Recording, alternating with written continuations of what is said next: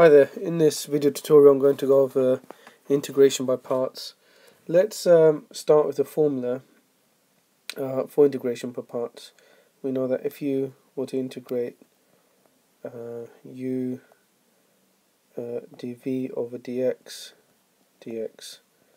this equals uv, take away the integral of v u prime, which you can write du over dx.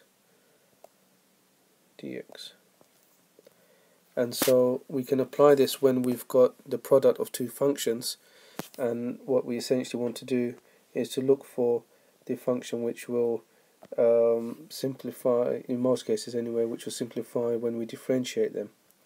So let's look at an example. If we were to integrate 3x cos of x dx, then we can immediately see that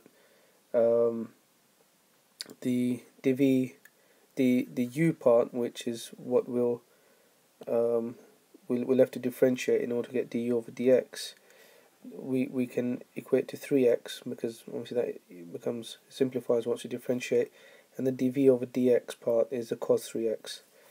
So what I'm going to do is before I substitute this into the formula, I'm actually just going to make a little table. So let me just bring, let me see if that works right. Let me just bring this down, and what I'm going to do is write down u as 3x, and therefore u prime equals 3.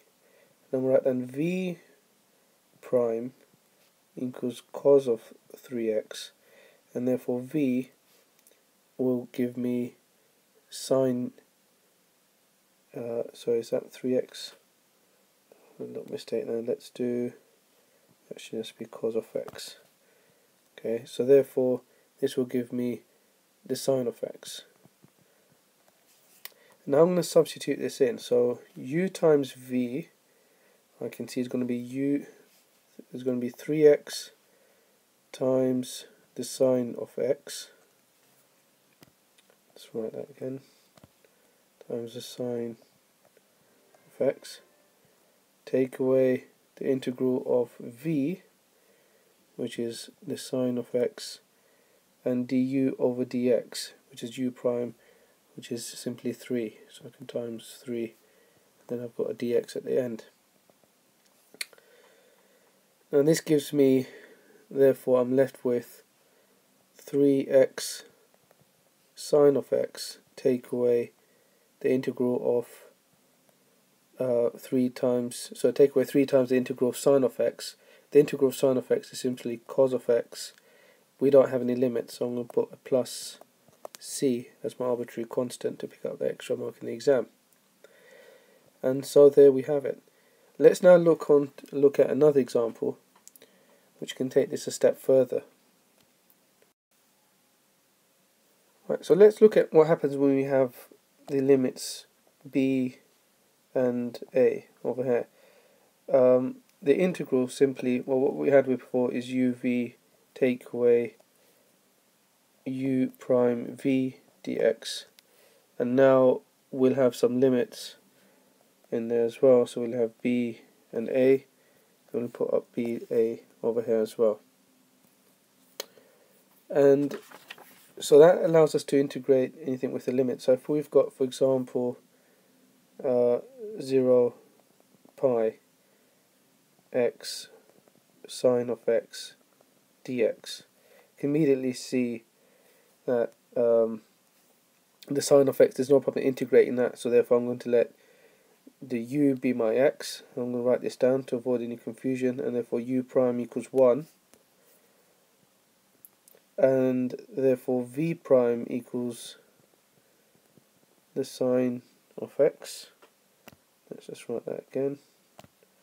U prime equals the sine of x, and therefore v equals the minus cos of x.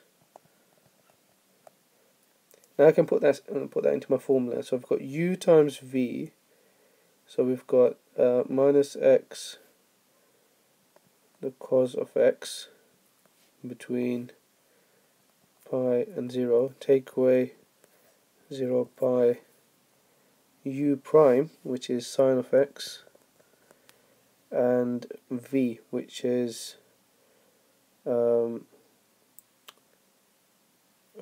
u prime v, so u prime, which is 1, times the v, which is in fact cos of x. Let me just take that out. That should be in fact minus the cos of x, and that's times by 1 dx. And so this will inevitably give us, maybe if I should just put this in a box, let's undo that.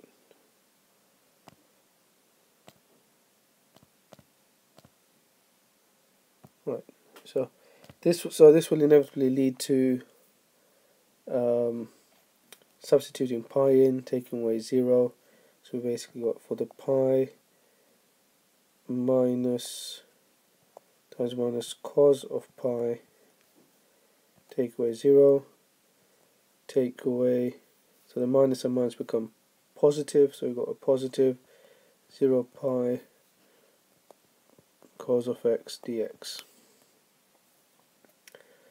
And obviously when you integrate the cos, we get a sine, so this gives us pi plus sine pi, take away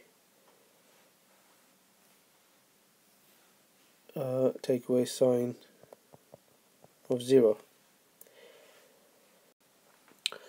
Right, so we know that the cos of pi is minus 1, and so therefore minus 1 times this minus a will give us a positive, so we've got a pi.